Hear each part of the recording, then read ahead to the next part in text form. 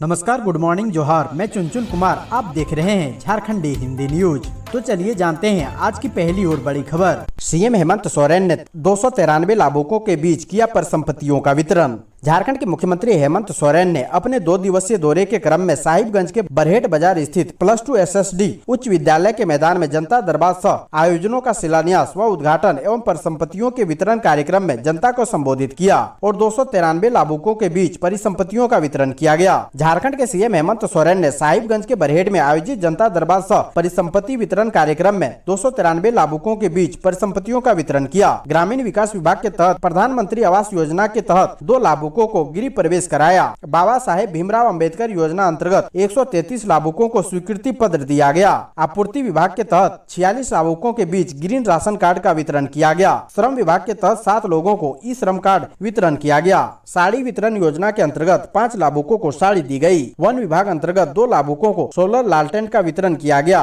सामाजिक सुरक्षा के तहत 1 लाभुक को विधवा पेंशन का स्वीकृति प्रमाण पत्र दिया गया। सियासी हलचल के बीच हेमंत सोरेन और कांग्रेस के विधायकों ने की गवर्नर से मुलाकात। एक तरफ झारखंड में सरकार अपनी अस्थिरता को लेकर परेशान है, तो वहीं सीएम हेमंत सोरेन अपने सहयोगी दलों के विधायकों को रांची से रायपुर शिफ्ट कर दिए हैं। दूसरी तरफ सरकारी व्यवस्था की नाकामी के चलते दुमका में जलाई गई नाबालिग लड़की की मौत पर सियासी हंगामा तेज हो गया है। लड़की की मौत के सीएम हेमंत सोरेन की चिंता और बढ़ गई है। गुरुवार की शाम को रांची में सीएम ने कैबिनेट की बैठक बुलाई है। छत्तीसगढ़ की राजधानी रायपुर से आरजेडी के इकलौते विधायक सत्यानंद भोक्ता और 3 अन्य एमएलए रांची लौट आए हैं। इस बीच हेमंत सोरेन और कांग्रेस के विधायकों ने गवर्नर से मुलाकात की है। फिलहाल रांची में सियासी हलचलें तेज हो गई है। मुख्यमंत्री हेमंत सोरेन के विधायक के रूप में अयोग्यता का सामना करना। दुर्गा पूजा को लेकर रांची जिला प्रशासन अलर्ट, जारी की गाइडलाइन। झारखंड की राजधानी रांची में दुर्गा पूजा काफी भव्य तरीके से मनाया जाता है। जगह जगह पर बड़े बड़े पंडाल बनाए जाते हैं। पंडालों को बनाने के लिए बाहर से कलाकारों को बुलाया जाता है। पंडाल में देखने और मां दुर्गा के दर्शन के लिए सैकड़ों लोग सड़क पर नजर आते हैं, जिसके कारण रांची में काफी भीड़ भाड़ देखने को मिलती है। हालांकि इस बार का दुर्गा पूजा काफी खास होने वाला है, क्योंकि 2 साल के बाद राजधानी में बड़े बड़े पंडाल बनाए जा रहे हैं। पिछले 2 साल कोरोना के कारण पंडाल का निर्माण नहीं किया गया था। साथ ही साथ अधिक लोगों के जमा होने पर भी पाबंदी थी। दुर्गा पूजा की तैयारी को लेकर रांची जिला प्रशासन ने पूजा समिति को कई दिशा निर्देश दिए हैं। जिला प्रशासन ने बताया है, पूजा के दौरान भारी संख्या में पुलिस बल की तैनाती की जाएगी। साथ ही सुरक्षा व्यवस्था को लेकर कई गाइडलाइन भी जारी की गई है। झारखंड में दिखा यूपी जैसा नजारा। बोकारो में दुष्कर्म आरोपी के घर पर प्रशासन ने चलाया बुलडोजर। उत्तर प्रदेश के तर्ज पर झारखंड पुलिस ने भी एक्शन लेना शुरू कर दिया है। मंगलवार को झारखंड में दुष्कर्म के एक आरोपी का घर बुलडोजर से ध्वस्त कर दिया गया। यह पूरा मामला बोकारो जिले का है। चास के SDO, स्थानीय पुलिस व दंडाधिकारी की मौजूदगी में आरोपी का घर तोड़ दिया गया। इस कार्रवाई के कारण मौके पर भारी पुलिस फोर्स तैनात किया गया था। आरोपी के घर वाले भी मौजूद रहे। बोकारो के माराफारी थाना क्षेत्र के आजाद नगर में स्थित आरोपी आरजू का घर बुलडोजर से तोड़ा गया। दुष्कर्म का आरोपी काफी दिनों से फरार है। दरअसल आरोपी ने अपना नाम और धर्म छिपाकर एक युवती से दोस्ती की थी, फिर शादी कर दुष्कर्म करने और युवती को उसके दोस्तों को सौंप देने के मामले में आरोपी फरार है। मौसम विभाग ने किया अलर्ट, 22 सितंबर तक राज्य के कई जिलों में भारी बारिश होने की उम्मीद। मौसम विभाग ने अलर्ट जारी किया है। पिछले 24 घंटे से हो रही बारिश से सबसे अधिक बारिश झारखंड के बालू माथा लातेहार जिला में रिकॉर्ड दर्ज की गई है। निम्न दबाव का असर बंगाल की खाड़ी से चलकर ओडिशा, छत्तीसगढ़ और झारखंड में भी पहुंचेगा। इस वजह से 21 सितंबर और 22 सितंबर को राज्य के कई जिलों में झमाझम बारिश होने की संभावना जताई जा रही है। मौसम विभाग के अनुसार बताया गया है कि 20 और 21 को रांची, गुमला, सिमडेगा और लातेहार जिले के कई जगहों में वज्रपात और तेज हवा के साथ लगातार भारी बारिश की चेतावनी जारी की गई है। मौसम वैज्ञानिक अभिषेक आनंद ने बताया कि बंगाल की खाड़ी में बनने वाले निम्न दबाव का कारण ओडिशा, छत्तीसगढ़ और झारखंड में पूरी तरह असरदार है और मानसून सक्रिय रहेगा।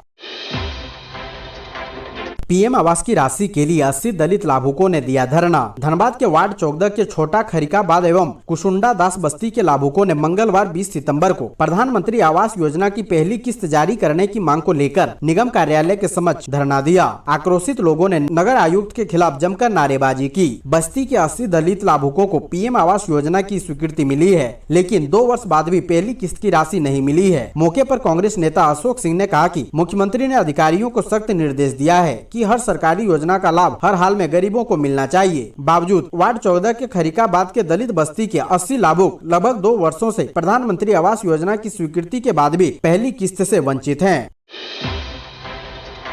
पेड़ के बदले नहीं मिल रही फ्री बिजली, अब तक तैयार नहीं हुआ मैकेनिज्म। पर्यावरण संरक्षण के लिए झारखंड सरकार ने प्रति पेड़ 5 यूनिट बिजली फ्री देने की घोषणा इस बार वन महोत्सव के दौरान 22 जुलाई को की थी। मुख्यमंत्री हेमंत सोरेन ने इसकी औपचारिक घोषणा करते हुए लोगों को अपने अपने घरों के कैंपस में पेड़ लगाकर प्रति पेड़ 5 यूनिट बिजली फ्री का लाभ लेने की अपील भी की थी, मगर सरकार का यह निर्णय अब तक जमीन पर नहीं उतर पाया है। हेमंत सरकार के पेड़ के बदले फ्री बिजली के फैसले के बाद प्रति पेड़ 5 यूनिट फ्री बिजली के लाभ के लिए ऊर्जा विभाग द्वारा कोई मैकेनिज्म अब तक तैयार नहीं हो पाया है। सामाजिक कार्यकर्ता एस अली ने बिजली विभाग से इस संबंध में मुख्यमंत्री की घोषणा के अनुरूप लोगों को प्रति पेड़ 5 यूनिट बिजली फ्री की सुविधा देने की मांग की है।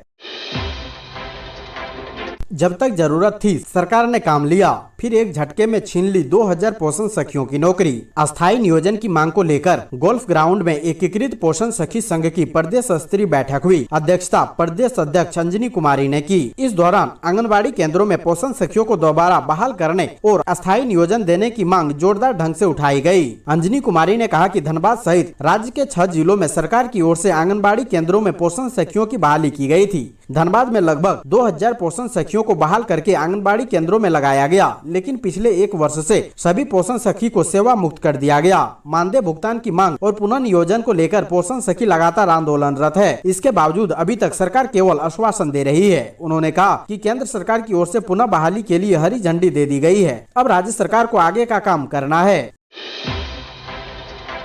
रेल कर्मी पति पत्नी एक ही जगह पर होगी पोस्टिंग। धनबाद रेलवे कर्मचारी पति पत्नी की पोस्टिंग एक ही कार्यस्थल पर होने की संभावना बढ़ गई है। ऐसी इच्छा रखने वाले कर्मियों के आवेदन पर तेजी से विचार होगा। रेल राज्य मंत्री के आदेश पर रेलवे बोर्ड ने सभी महाप्रबंधक व रेल फैक्ट्री के अधिकारियों को पत्र लिखा है। अधिकारियों से 1 साल से लंबित ऐसे सभी आवेदनों का विवरण भी रेलवे बोर्ड ने मांगा है। रेल कर्मियों का कहना है कि पति पत्नी का कार्यस्थल एक नहीं होने पर काम और परिवार दोनों प्रभावित होते हैं। पति पत्नी को एक स्थान पर तैनात करने का आदेश दिया गया है। पिछले दिनों रेलवे बोर्ड ने आदेश जारी किया था, अगर पति पत्नी रेलवे में काम करते हैं तो दोनों को एक स्थान पर तैनात कर दिया जाए, या दोनों में कोई एक अन्य विभाग में काम करता है तो रेलवे में काम करने वाले पति या पत्नी को नजदीक वाले स्थान पर तैनात करने का भी आदेश जारी किया गया है।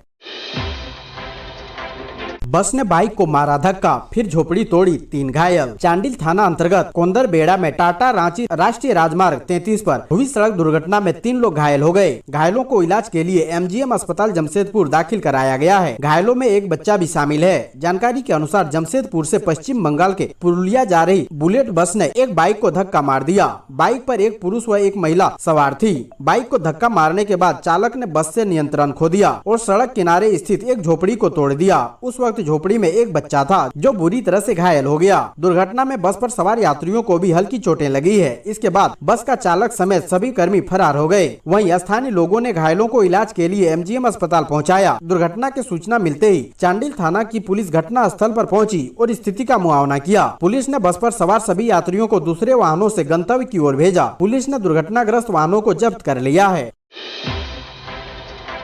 प्रधानमंत्री के नाम मांग पत्र सौंपने के बाद कुर्मी समाज का रेल रोको आंदोलन समाप्त। कुर्मी मोहतो जाति को अनुसूचित जनजाति में शामिल करने की मांग झारखंड, पश्चिम बंगाल और ओडिशा में किए गए रेल टेका यानी रेल रोको आंदोलन प्रधानमंत्री के नाम मांग पत्र सौंपने के बाद समाप्त हो गया। इस दौरान कुर्मी समाज के विभिन्न संगठनों ने करीब 5 घंटे तक रेलवे का परिचालन बाधित रखा। रेल रोको आंदोलन को लेकर मौके पर पदाधिकारी भी सक्रिय दिखाई दिए। इसमें नीमडी के प्रखंड विकास पदाधिकारी शंकराचार्य शामद, दंडाधिकारी के रूप में तैनात अंचल अधिकारी संजय कुमार पांडे, स्टेशन मास्टर अशोक विश्वास, ACM जयदेव राय, पुलिस निरीक्षक पास्कल टोप्पो आदि मौके पर खुद तैनात थे। आदिवासी कुर्मी समाज ने बीडीओ को अपना मांग पत्र सौंपा। इस अवसर पर सुरक्षा व्यवस्था बनाए रखने के लिए RPF के अलावा नीमडी थाना प्रभारी भी दल बल के साथ मुस्तैद दिखे।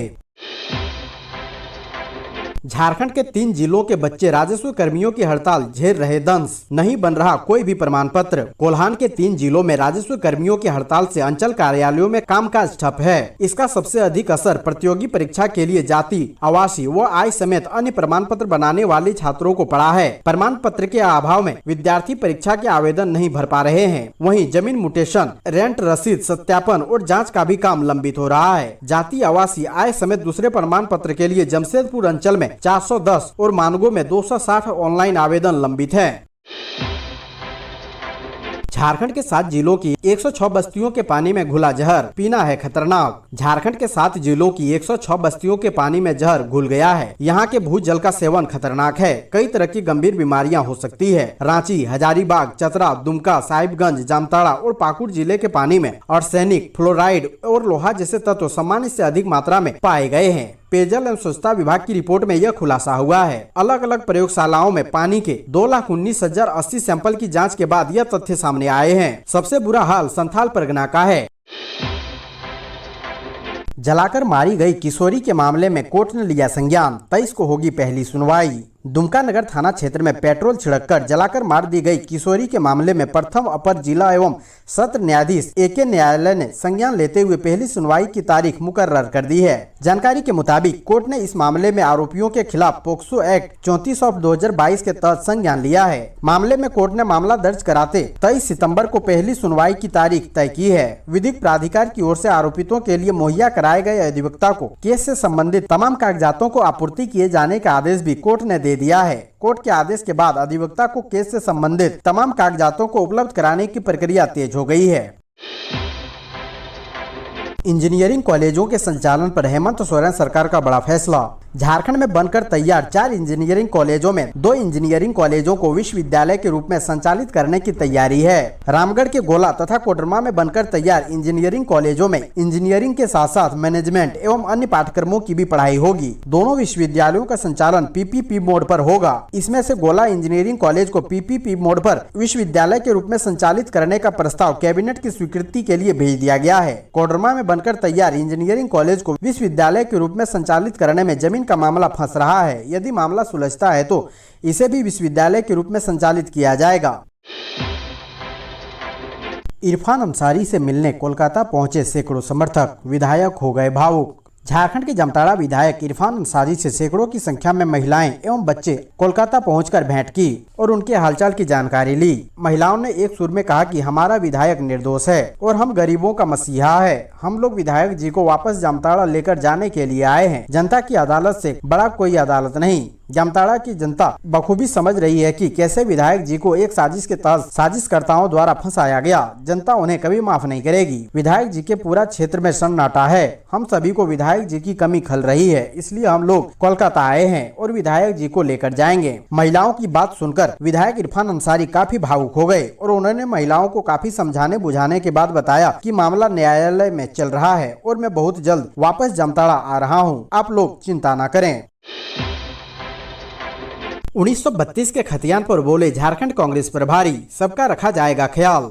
झारखंड कांग्रेस प्रदेश प्रभारी अविनाश पांडे 2 दिन के दौरे पर रांची आए हैं। यहां वे संगठन को मजबूत करने को लेकर पार्टी के कार्यकर्ता और पदाधिकारियों के साथ महत्वपूर्ण बैठक करेंगे। उन्होंने बताया कि 2 दिन के दौरे पर राज्य भर में जितने भी प्रखंड है वहां पर प्रखंड अध्यक्ष को महत्वपूर्ण दिशा निर्देश दिए जाएंगे ताकि ग्रामीण स्तर पर संगठन को मजबूत किया जा सके। उन्होंने भारत जोड़ो यात्रा को लेकर कहा कि फिलहाल पूरे देश की नजर भारत जोड़ो यात्रा पर है, जिसमें झारखंड की अहम भूमिका रहेगी। भारत जोड़ो यात्रा का जो संदेश है वह झारखंड के प्रखंड और हर बूथ स्तर तक पहुंचाया जाए। इसे लेकर नेताओं और कार्यकर्ताओं के साथ बैठक की जाएगी। एयरपोर्ट पर पत्रकारों से बात करते हुए 1932 के खतियान को लेकर प्रदेश प्रभारी अविनाश पांडे ने कहा कि मुख्यमंत्री की ओर से कैबिनेट में जो प्रस्ताव दिए गए हैं, कांग्रेस उनकी भावनाओं का सम्मान करती है, लेकिन गठबंधन की सरकार में कांग्रेस भी है, इसलिए राज्य के लोगों को किसी तरह की परेशानी ना हो, इसकी जिम्मेदारी भी कांग्रेस की बनती है।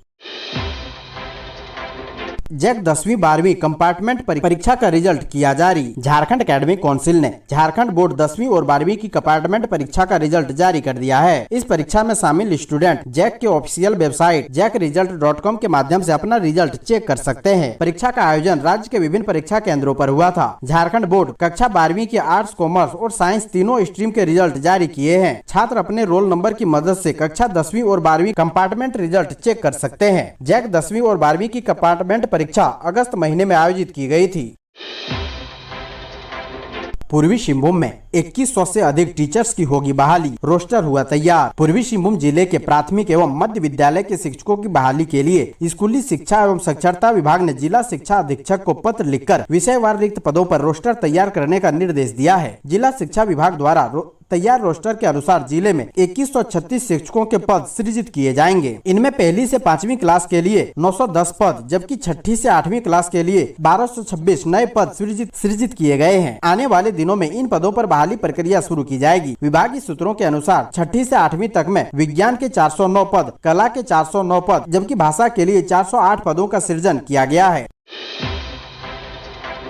कहीं आप भी तो नहीं खा रहे हैं प्लास्टिक के चावल? जानिए चौंकाने वाली खबर। नकली दूध, तेल, बाकी मिलावट चीजों के बारे में तो आपने सुना ही होगा, लेकिन अब तो हद ही हो गई है। एक बार फिर प्लास्टिक के चावल बाजार में आ गए हैं। ये नजारा कहीं का नहीं बल्कि झारखंड के धनबाद में देखने को मिला है, जहां सरकारी दुकान से मिले चावल को लेकर लोगों की शिकायत है कि चावल में प्लास्टिक मिला हुआ है। लोगों का कहना है कि यह चावल बनाने में भी अजीब सा है, इसलिए इसे खाने में भी डर लगता है। भोरा 4 नंबर डुमरी स्थित देव पूजन रजक जन वितरण प्रणाली में प्लास्टिक के चावल मिलने की खबर सामने आ रही है। कोटेदार की दुकान से प्लास्टिक के चावल की बात सामने आने के बाद से लोग अपनी सेहत को लेकर चिंतित हो गए हैं। लोगों का कहना है कि कोटे के चावल में कुछ अलग तरह से चावल दिख रहे हैं। इनका आरोप है कि जब इसे पकाया जा रहा है तो इसमें से चिपचिपा पदार्थ निकल रहा है। लोग इसे प्लास्टिक का चावल कहकर अब खाने से मना कर रहे हैं। झारखंड को 6 महीने से नहीं मिली है प्रधानमंत्री आवास योजना की राशि। प्रधानमंत्री आवास योजना शहरी के तहत केंद्र सरकार की ओर से झारखंड को पिछले 6 महीने से राशि नहीं मिली है। नागरिक प्रशासन निदेशालय के सूत्रों के मुताबिक इस वित्त वर्ष में केंद्र से राशि नहीं आई है। उपयोगिता प्रमाण पत्र देने के बाद केंद्र से राशि मिलेगी। विभाग सितंबर अंत तक इसे केंद्र को भेज देगा। अक्टूबर तक केंद्र से राशि मिलेगी। वहीं डीएमए निदेशक आदित्य आनंद का कहना है कि योजना में फंड की कोई दिक्कत नहीं है। केंद्र से राशि नहीं मिलने की बात से उन्होंने इनकार किया है।